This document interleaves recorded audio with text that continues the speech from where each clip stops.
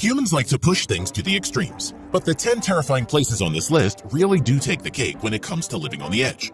From sub-zero conditions to war zones and even huge graveyards, these are some of the scariest and most extreme places to live in the entire world. Oymyakon. If natural extremes were a competition, this Siberian town would take the gold. Possibly the silver and bronze too, if we're honest. Home to 500 people and known as the Pole of Cold, Oymyakon is the coldest permanently inhabited settlement in the world. Days here swing between 3 and 21 hours long, and in the winter temperatures can plummet to minus 72 degrees Fahrenheit, or minus 58 degrees Celsius. This is a town so cold, in fact, that no crops can be grown. Inhabitants live on reindeer meat, game, and fish. The temperatures recently dropped below negative 72 and broke the public thermometer, which had been installed in the town as a tourist attraction. This isn't the coldest it has been, however, as Oymyakon took the record for the coldest temperature in the northern hemisphere, when temperatures dropped to minus 89 degrees. This tiny and hardy town is fairly new too. Before 1920, this was merely a rest stop for reindeer herders who came to water their herds at the nearby hot springs. Musharu Village, West Bengal. There are many kinds of terror in the world. Fear of the supernatural, fear of the dark, irrational phobias, fear of death, and of course, fear of huge venomous snakes. If you have ophidiophobia, meaning a fear of snakes, you should probably steer clear of Musharu Village in Bardhaman District, West Bengal. This is a village filled with huge, highly venomous snakes of many types. How, you ask? Have the snakes come to be so populous here? Well, it's an interesting story which has much to do with Bengali culture. The villagers here believe that the snakes are an incarnation of the goddess Jankaswari, and as such, the serpents are considered so holy that no one but members of a specific Brahmin priest family may handle them. A result of this necessary and peaceful cohabitation is that the snakes have little, if any, fear of humans. They are remarkably docile and often enter the homes of locals. In fact, the locals claim that the snakes simply do not bite them, and that if they do, this can be remedied by swimming in the local pond, fasting, and applying mud. Whether or not this works, we're unsure, but we reckon we'll leave Musharu Village well alone. Zabaleen. There are few places in the world which are truly outside of the law, but Zabaleen in Cairo, Egypt may well be one of them. Sometimes called Trash Town, Zabaleen is mainly populated by Coptic Christians, who are a minority in Cairo. This is a city of trash collectors, literally. The people of Zabaleen make their money by collecting and sorting refuse from all over the city of Cairo. They salvage and sell what they can, feed organic material to their pigs, which also provide a source of income and sustenance, and collect a fee from the city for doing so. While life is hard in Zabaleen, with many children starting to work with their families at 10 to 12 years of age, it has gotten slightly better as of late. For a start, the attempted privatization of the city's refuse collection, which began in 2004, has ended, and the Zabaleen now have their livelihood back. Secondly, many collectors in Zabaleen are now being officially recognized. So while life in Cairo's trash town is definitely hard, it's nowhere near as terrifying as it used to be. Russinovo. Found in the Kaluga region of Russia, Russinovo is an entirely unique town, just 70 miles from Moscow, which first came into being in 1948. The Soviet Union had an idea, you see, which seemed great on paper. They would build a town which was adapted to suit the blind and visually impaired. They did this, and in fact, many people came from all over Russia and indeed the Soviet Union to live and work in Russinovo. So far so good, right? Well, these days, Russinovo is not so much a town as a ghost town. In the late 1980s and early 1990s, the Borovsk Educational and Manufacturing Facility factory thrived on a partnership with Rubin, a TV factory in Moscow. Since Rubin shut down, however, and the majority of Russian factories have moved to automated assembly, the factory and the fortunes of Russinovo has declined. Today, many residents live in dire conditions in unrenovated communal apartments with no one to help them keep their homes in order.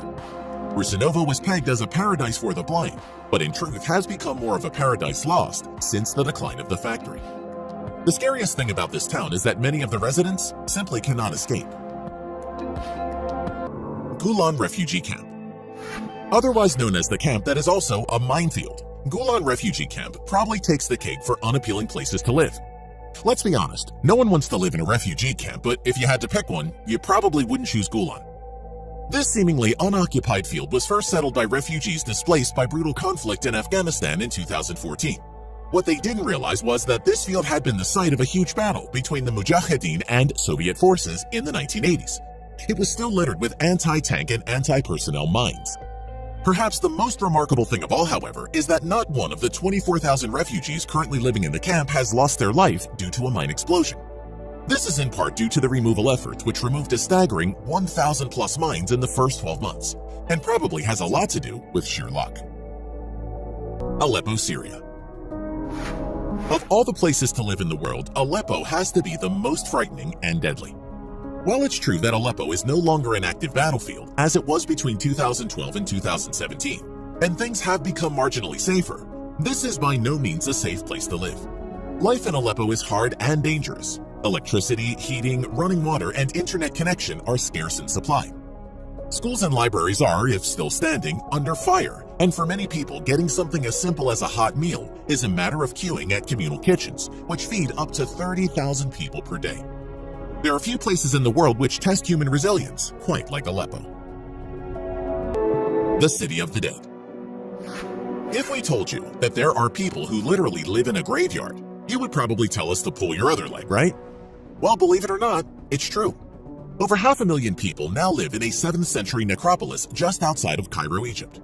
At first, residents moved into Cairo necropolis, Karafa el Arafa, in the 1960s because rapid industrialization caused mass migration into Cairo. At this point, the city was ill-equipped to deal with the influx, and so people made do. The population of the necropolis jumped once again in 1992, when a huge earthquake caused damage and forced many people to move into family tombs. Living conditions are better now than they were in previous years. The city now has shops, schools, and electricity thanks to a nearby mosque.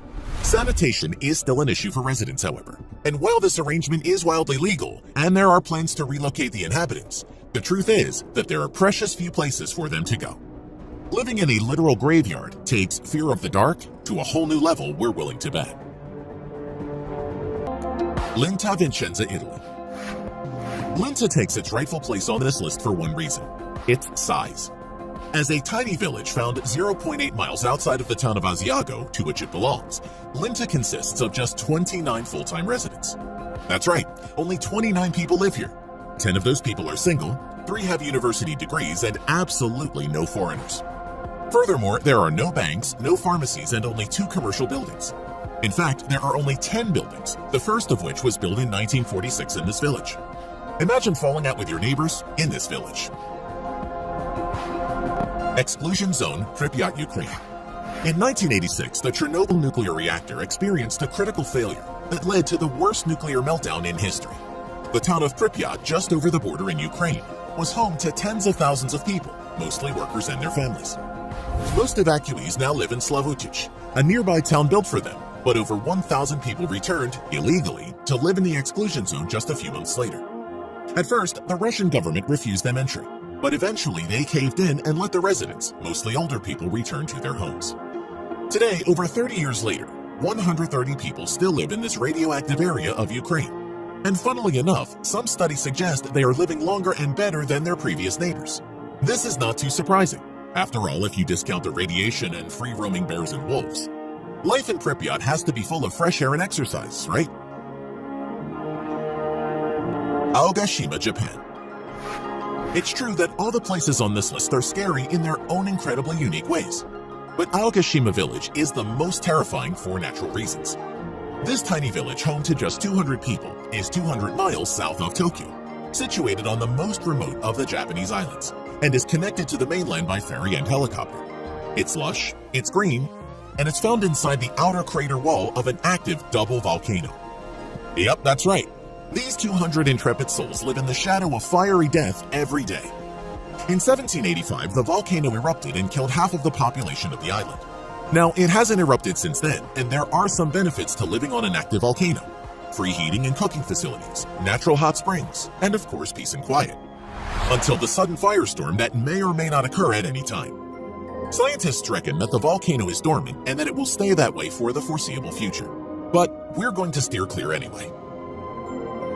If you liked the video and want to see more, click the subscribe button. We appreciate you and we want to thank you for watching.